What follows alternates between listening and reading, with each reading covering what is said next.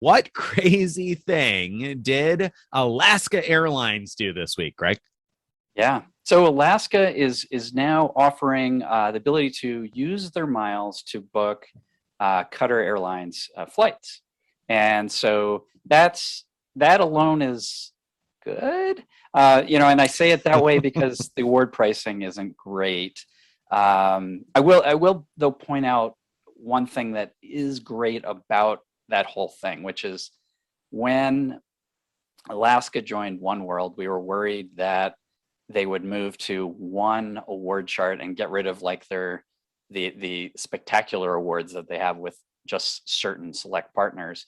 But with Qatar coming out this way and some other information that came out, it's looking more and more like what's going to happen instead is they're going to have these individual award charts for Qatar and others, and some will be good and some will be bad, and so at least they might not actually kill the good ones.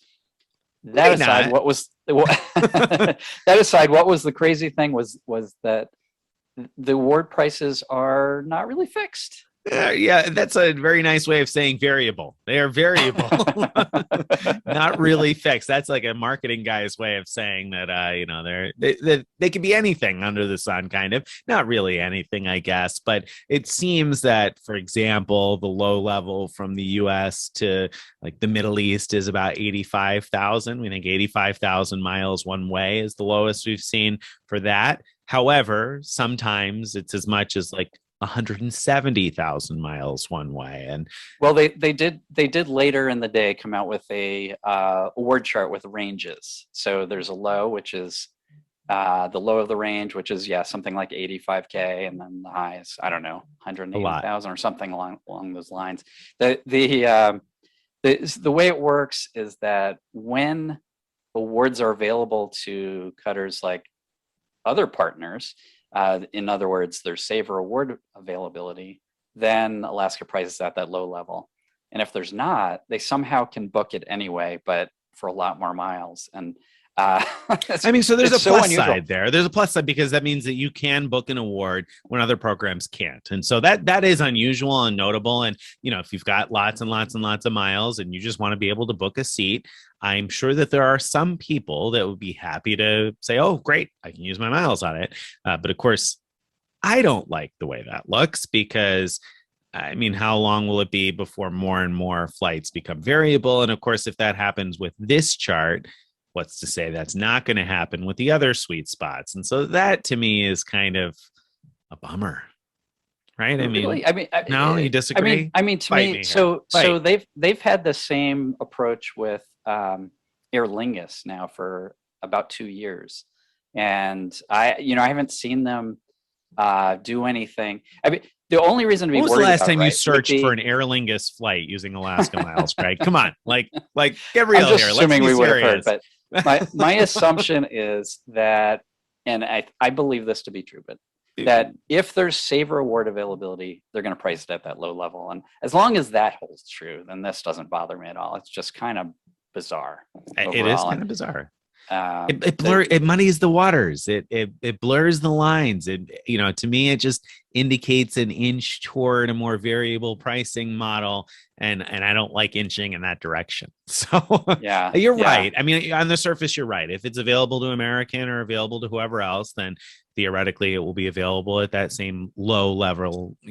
I say low level. The Qatar prices weren't really low exactly, but no, but yeah, they're whatever I their get your meaning. saverish level is, and then should be available at that price with Alaska. So I mean, yeah, it could be totally benign and just a nice add-on that they can book more seats, but I just don't like the idea of kind of acclimating people to the idea that the price could be whatever it might be that day. Right, I don't right. like that model. So I'm just kind of fascinated by the whole thing. Like, what's happening behind the scenes? Are they? Do they have some specific deal with Qatar? Like, we'll pay you this many miles in these circumstances, or are they just basically buying you a seat on Qatar for whatever it costs, and you're paying so many miles that it's worth it to them to I exchange the miles for that? You know, I don't know. I don't know. That's but, a great I'd question. I'd love to find out. I'm curious what this will mean for the other partners as they add them, and whether we'll see that with another partner or not. Like you said, I mean, I guess it's been the case with Aer Lingus for quite a while. So maybe this is something they're negotiating with new partnerships, and so maybe we'll see that. I will say it does seem like a positive thing that they seemingly intend to keep separate award charts with each partner, because that hopefully means that those sweet spots will remain. Of course, it also means that they could, change one of those overnight. Like, I don't know, they did a few years ago with Emirates and kill one of those really quickly. So, 6 and 1/2 dozen the other, but crazy nonetheless, because we don't usually see that. Right? I mean, that's not a feature we normally. It does worry me that the pricing that they chose to go with on this worries me that American is going to copy. And because that is one of their American sweet spots is the $75K business class all the way to anywhere in Africa, including South Africa. And if they go up to I can't remember what Alaska's charging, but we don't want to see that. Us lose that, but it seems likely that they will change that. Just one other thing to mention is Avianca Life Miles is sort of doing something similar as well. They're more obvious about what's going on, though. So with Avianca now, if you do an award search, in some cases, there will be a button that shows up showing like see more options or something along those lines, which basically means we didn't find any awards available. But if you click here, we'll take you to another website where you could buy the ticket you want with miles instead of cash, or with a combination of miles and cash.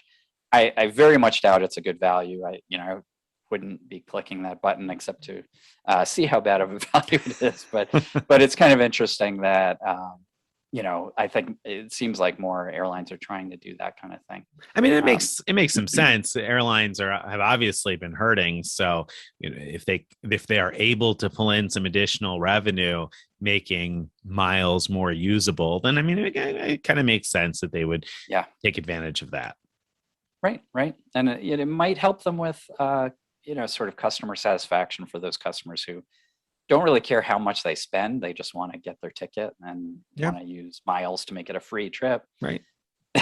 And I'm sure that there are plenty of those customers. So, I guess it fits. If I ran the program, I guess maybe I would be interested in doing that. But as a maximizer, I'm like, right. Make it all. Right. Luckily with Life Miles, like I said, it's kind of easy to see that that's happening. So you don't have to worry about it. There you go.